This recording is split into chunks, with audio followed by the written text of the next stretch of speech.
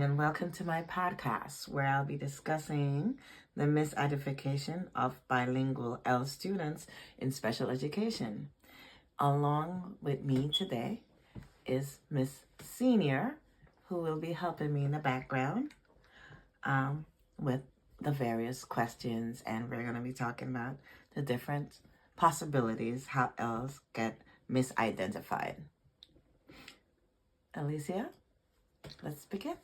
Part 1. Unveiling the challenges, misidentification of bilingual L students in special education.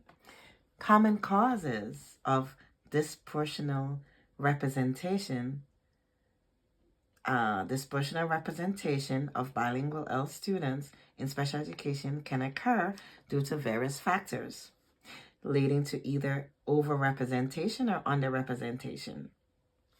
For example, language proficiency versus disability. Bilingual students may be misidentified as having learning disabilities when their academic struggles are primarily due to the language acquisition challenges, without a clear understanding of differences between language proficiency issues and actual disabilities. These students may be inappropriately placed in a special education setting.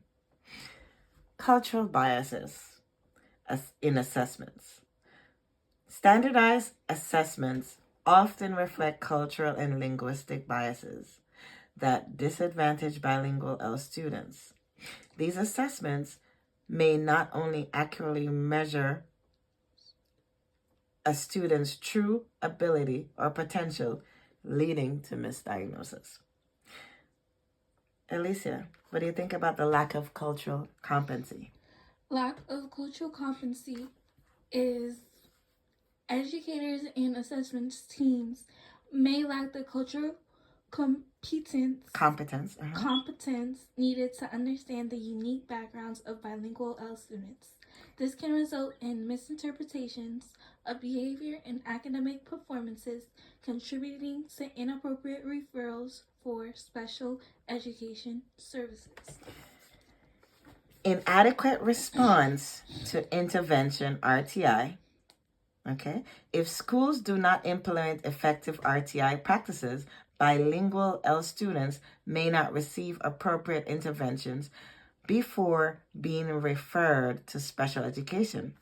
This lack of early support can lead to increased referrals based on unmet needs rather than actual disabilities.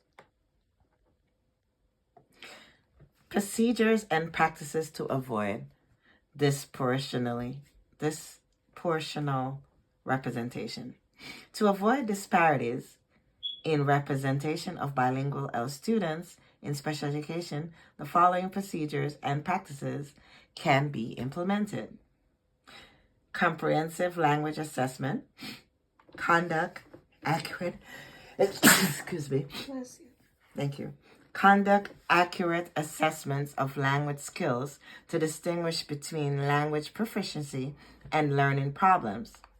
Use culturally linguistic relevant tests to guarantee accurate identification of student needs. Another example we can use is professional development. Provide ongoing training for educators on cultural competence, language development, and specific needs of bilingual students. This helps educators recognize the differences between language acquisition challenges and learning disabilities. Next, we can implement multi-tiered system of support. MTSS. Use an MTSS framework to provide tiered intervention for all students, including bilingual L learners. Ensure that appropriate support are in place before considering special education referrals, allowing for every identification and intervention. Collaboration with bilingual specialists is another method. Involve bilingual L specialists in the evaluation and intervention process. Their expertise can help ensure that students are actually assessed and provided with appropriate support. Regular data review.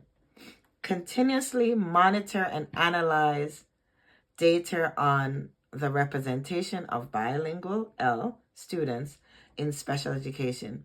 Uses data to identify trends, assess the effectiveness of interventions, and make informed decisions to address disproportionality.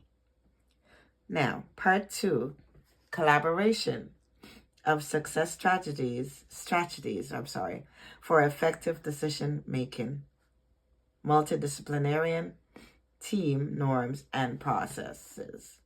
Effective collaboration within multidisciplinary teams is essential for identifying appropriate interventions, targeted support for bilingual L students prior to considering their special education services.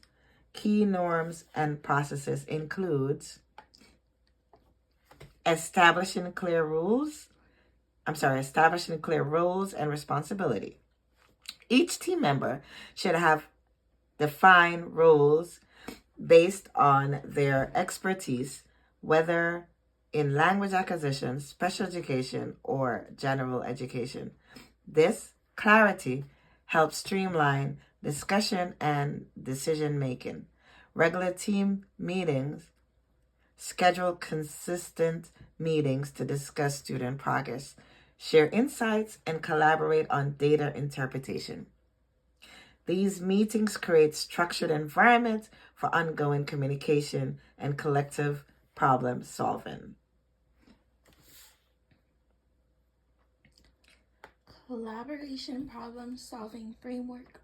Implementing a structured framework for problem solving that includes identifying specific students' needs, brainstorming, interviewing strategies, and evaluating the effectiveness of those strategies over time.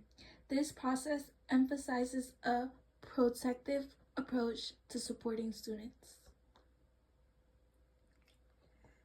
Okay, so in ending,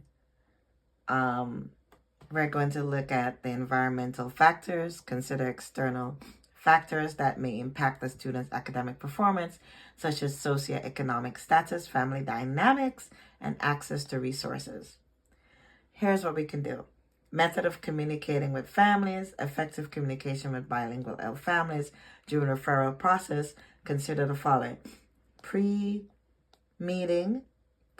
meeting, hold meeting within families to discuss their child's academic progress before the process. Use interpreters if necessary to clear communication.